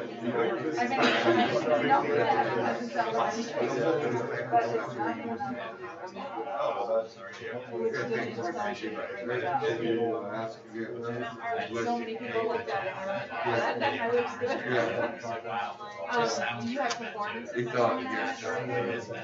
You know what, with the guys, I say nice things. I'm good, so thank you.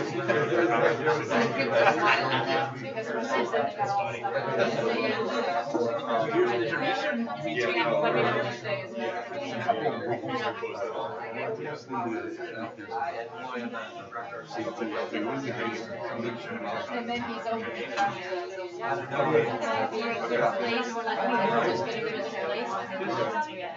We didn't call you back. Sorry. That's all right. In a normal year, but it's not maybe not.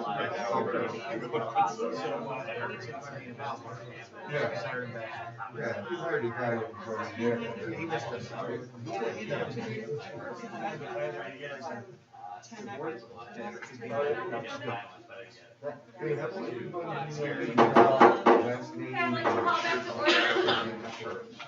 The meeting at 8:26. Thank you, everyone. We are moving on to the consent agenda. I will entertain a motion to approve the meeting minutes from September 27th and also the personnel document. Motion made by Mr. Di Lorenzo, seconded by Mr. Pagella. Any discussion? Okay, seeing none, all in favor? Aye. Opposed? Abstention? Passes 7-0. Moving on to items for action discussion. I'm going to do the budget transfers one at a time that came over from the Finance Committee for recommendations that we received this year. I will first entertain a motion to approve budget transfer number 1. The proposed transfer is to adjust salary accounts in object 111 for various reasons such as retirements, resignation transferred, new hires, and salary reclass adjustments in the total of $903,740.34. So moved. Second. Motion made by Mr. Pagella, seconded by Ms. Cupie. Any discussion? Seeing none, all in favor? Aye. Aye. Opposed? Abstentions? Passes 7-0. I'll entertain a motion to approve budget transfer number 2 to adjust salary accounts in object 112. Adjustments are for new elementary part-time custodian positions, as well as retirements and employee transfers. I believe there was a correction on the amount. It's $364,494.41. Motion made by Ms. Cupie. Second. Seconded by Mrs. Corcoran. Any discussion? Seeing none, all in favor? Aye. Aye. Opposed? Abstentions? Passes 7-0. I'll entertain a motion to pass budget transfer, budget transfer number 3, proposed transfer to adjust the speech therapist salary count in object 111. The position will not be filled in fiscal year 2022. Total budget transfer amount is $110,647. So moved. Motion made by Mr. Di Lorenzo. Seconded by Mrs. Wiltsey. Any discussion? Seeing none, all in favor? Aye. Aye. Opposed? Abstentions? Passes 7-0. The next item is the proposed curriculums for adoption. And I will take them as a group here to approve the SAT course ELA, the SAT course Math Prep, Environmental Biology, Chemistry 1, and Advanced Placement Physics. Motion made by Mrs. Corcoran. Seconded by Mrs. Wiltsey. Discussion.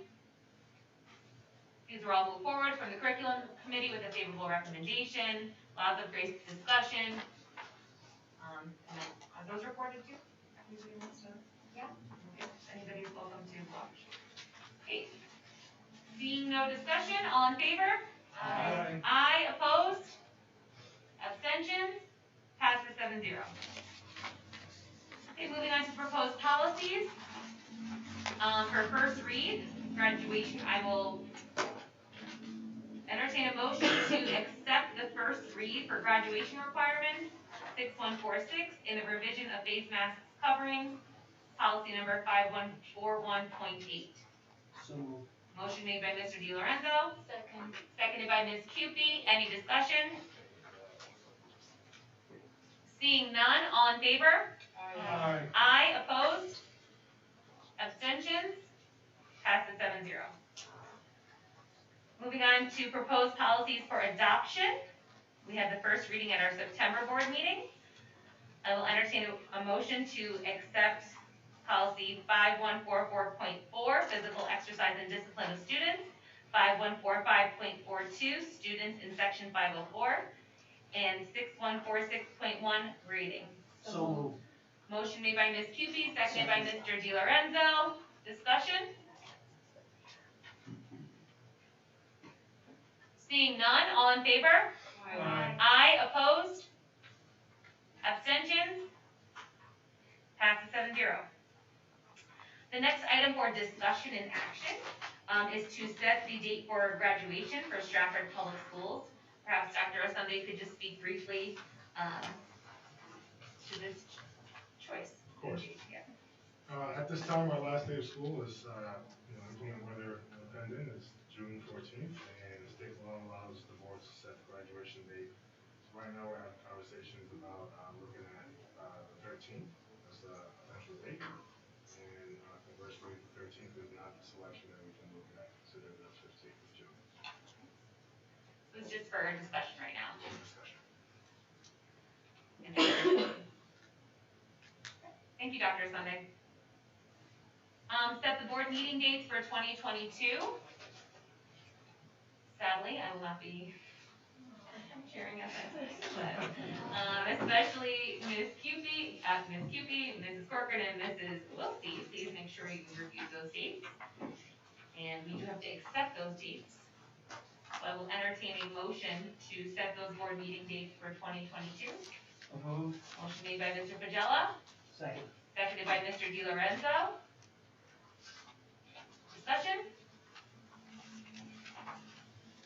All in favor? Aye. Opposed? Abstentions? Passes 7-0. The next item is our the grievance level 3 decision for our action. I'd like to make a motion to send a letter to the Stratford Education Association denying their level 3 grievance. Motion made by Mrs. Corcoran. So moved. Seconded by Mr. Pagella. Discussion?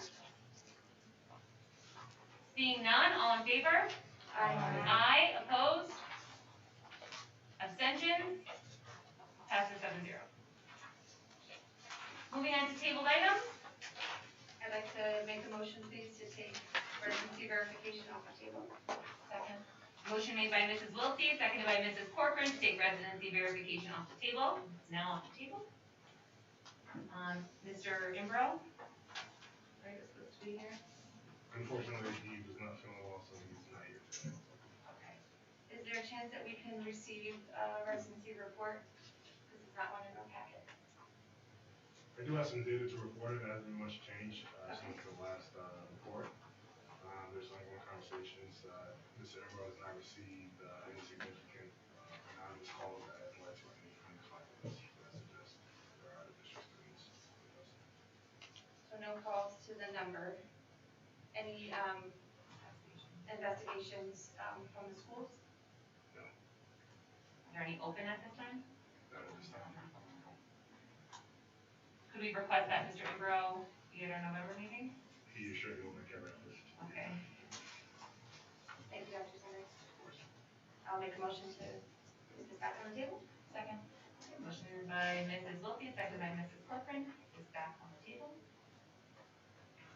Committee assignments and reports.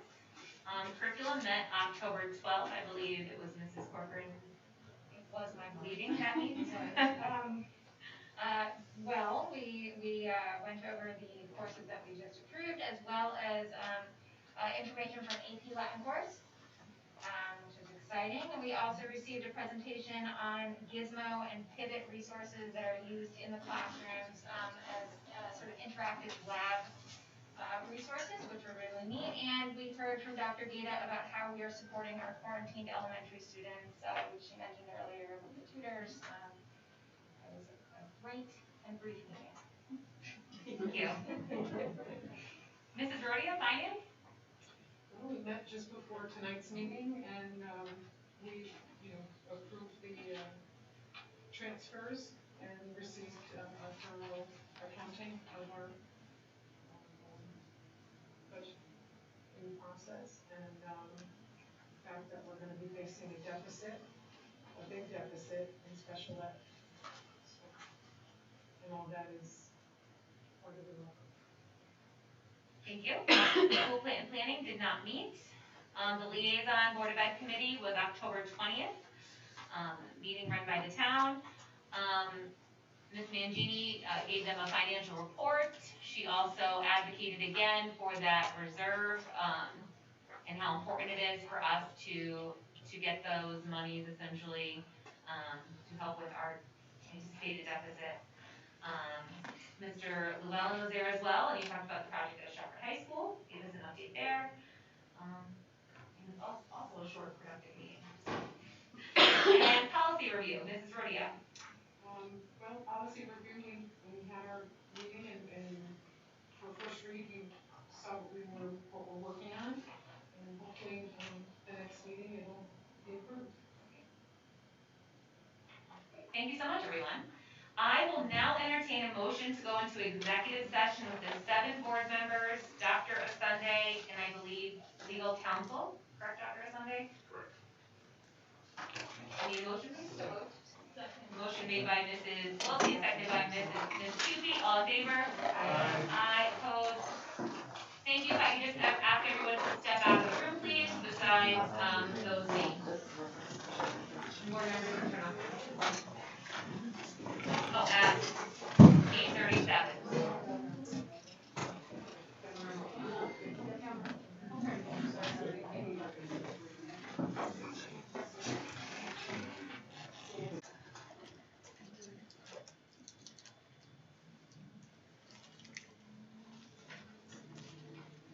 Okay, I'd like to come out of executive session at 8:55 p.m. I just want to make clear that no votes were taken in executive session. I will entertain a motion to accept the recommendation of Attorney Potter. Motion made by Mrs. Rodia. Seconded by Mr. DiLorenzo. I'm going to take a roll call vote. Mrs. Corcoran? Yes. Mrs. Rodia? Yes. Mrs. Wiltsey? Yes. Mr. DiLorenzo? Yes. Ms. Cupie? Mr. Fragella? Yes. And the chair votes yes, passes 7-0. I will entertain a motion to adjourn at 8:55. So moved. Motion made by Mrs. Rodia, seconded by Mr. DiLorenzo. All in favor? Aye. Thank you. Have a nice night, everyone. Thank you all. Have a nice night.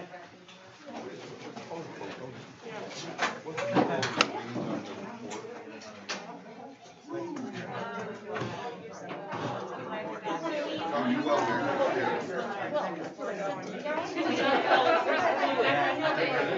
Here's green highlighted and yellow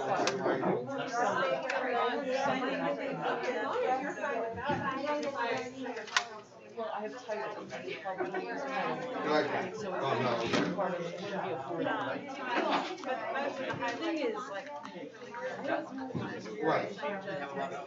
All right.